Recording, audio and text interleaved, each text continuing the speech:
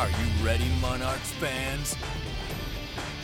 It's time for the Old Dominion Football Show with Bruce Rader and Coach Bobby Wilder. Homecoming at Old Dominion, and as he told us last week, Coach Bobby Wilder's ardent hope was to have Monarch fans leave SB Ballard Stadium with the win. All right, so they didn't light up the scoreboard, but a 6-0 shutout against a pesky Charlotte team accomplished the mission. What was the ODU locker room like after the game? Let's find out. The Old Dominion Football Show starts now. I'm Bruce Rader along with head coach Bobby Wilder following the Monarchs' best defensive game in history. So tell us, Coach, what was that locker room like after snapping that 6-game losing streak? Very excited, Bruce, and then obviously relieved. But I've always felt with young people that there's an excitement. There has to be an excitement. And imagine this, Bruce, you work for 6 straight weeks, 7 days a week, and you don't have success at your job. You know, it's hard to continue to keep a great mindset and attitude. But one of the things I love about this team, Bruce, is there's toughness involved with it. You have tough times, you've got to keep going, and you've got to keep trying to get better, and that's what we've done as a team, and there was a lot of excitement in that locker room. Before we get to last week's game, you have always said week after week how much you appreciate the support of the Monarch fans during the good times and the bad times. Yeah, and you look at this, Bruce, 59th consecutive sellout, the only team in the history of college football to sell out every game we've ever played. Now, maybe every seat isn't taken for every game, but that was a big crowd Saturday, and that was a loud crowd. Bruce, we're 43-16 at home in 9 years of playing football. We win 73% of our home games. That's as good as anybody in the country, and I'm convinced it's because of that support we get. They're always behind us. They're supportive of the kids, and they make a difference, Bruce, when the other team's on offense. Imagine you're on the set doing your show, and you got a crowd behind you screaming in your ear. Where are they? Where are they? I don't yeah, see the fans are great. They're always helping us during the game, and we're grateful for that. All right, let's talk about that defensive performance, record-setting. It was, Bruce. 49 total plays for Charlotte, 231 yards, and the shutout. And one thing, I look back after the game that I hadn't seen this before. I'd never been around it. Charlotte had 11 drives. On 9 of them, 1 first down, 2 first downs or less, Bruce. And there were only 2 drives where they got more than 2 first downs in the drive. It was total domination by the defense. And the big number, Bruce, that really jumped out, 2 for 12 on 3rd down. So we're getting off the field on 3rd down. Did you notice a difference in morale amongst the defensive players this week at practice? Yeah, very much so, because they really locked in on Hassan Klue, their outstanding quarterback. He performed incredibly 2 weeks ago when they upset UAB at home. He was averaging over 200 yards per game on offense between running and passing, and our defense, Bruce, held him to 93 total yards, only 30 yards on the ground, and it was our ability to play 11-man football against that zone read option that they run, where he likes to keep the ball and run it. Our guys were locked in, and they shut him down.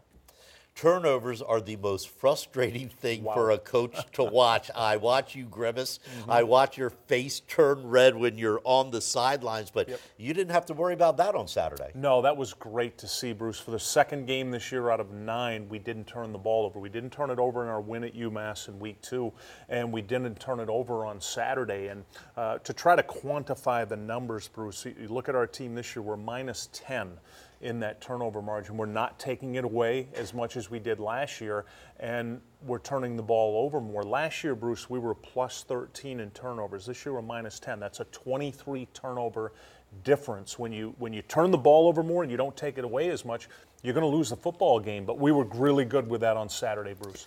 Now, the offense continues to struggle a bit. You have preached all year the importance of coming up with the explosive plays, but they're still too few and far between. Yeah, they are. And for our fans, Bruce, we quantify an explosive play as a 10-yard or more run, 15 yards or more in the pass. We had 7 of them on Saturday. We're looking to get up around 12 or 13 and get some explosive plays that lead to touchdowns. Now, we ran 79 plays Saturday, Bruce, for 326 yards. In the past, we'd run 79 plays. We'd be up over 500 yards.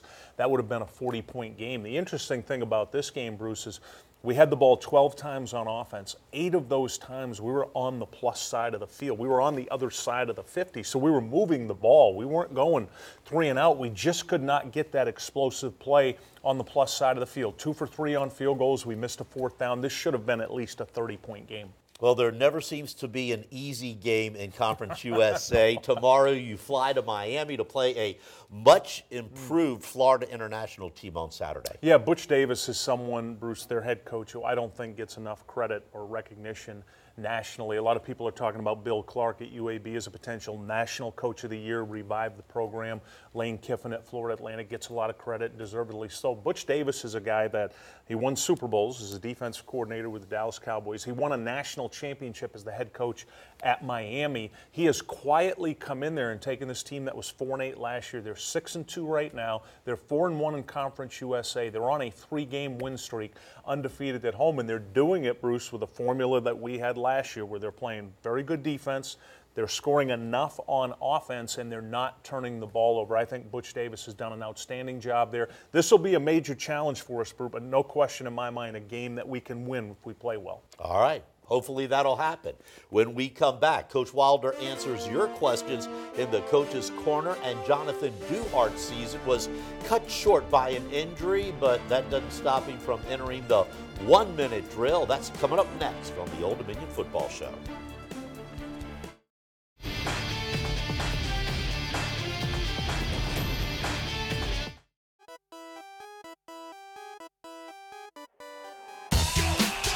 I'm Nathan Epstein, back with the Old Dominion Football Show and the 1-minute drill. We got Jonathan Duhart, the senior receiver, joining us.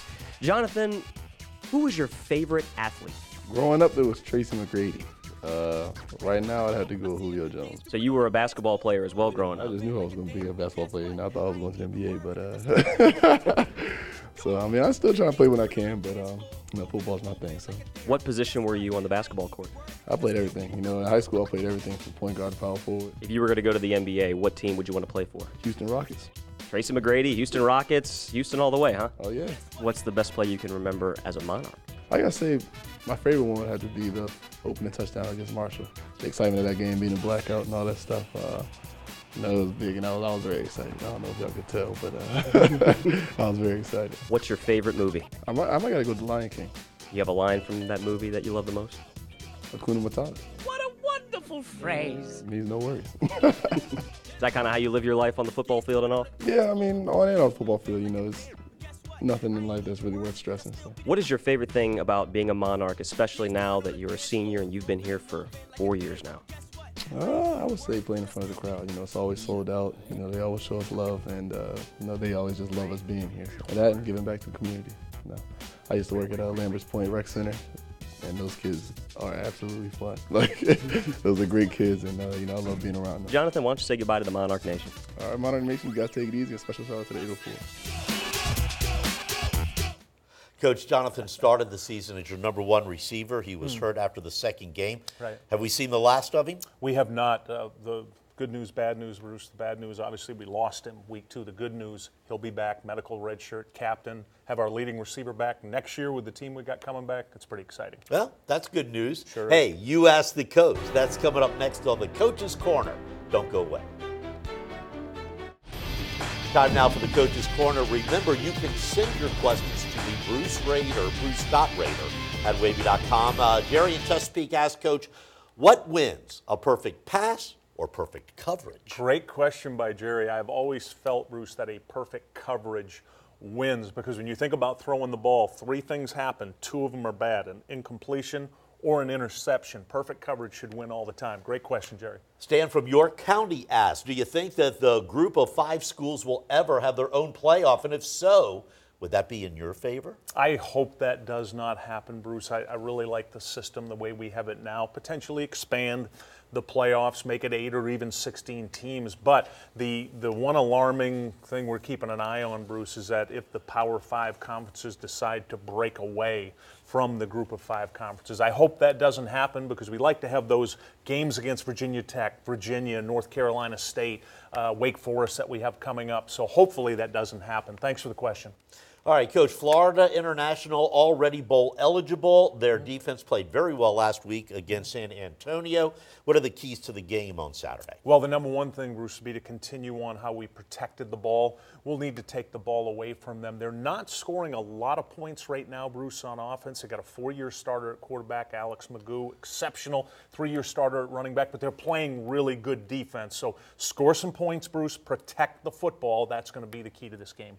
A couple of key injuries came up this week. Chad Hendricks, one of your key offensive linemen, and, of course, one of your top running backs out for the year. Yeah, Jeremy Cox, Chad Hendricks. It's just been one of those years, unfortunately, Bruce. 50 players injured, 17 season-ending injuries so far this year, and you always want the kids to stay healthy. We're never going to play somebody that's injured, and unfortunately, that's just been this year, Bruce. We didn't have that last year. We've had it this year. Other guys have had to step up. All right, and you won't have it next year, hopefully. No, hope Big not. road game, Old Dominion against Miami. In Miami against Florida International, a 7 o'clock game under the lights. Coach, good luck. Thanks, Bruce. Appreciate it. Make it 2 in a 80 row. degrees in Miami. We'll take that. That's right. I wish I could go. Come on. You're welcome. Join us every Thursday night at 10:45 here on Fox 43 for the Old Dominion Football Show. Good night, everybody.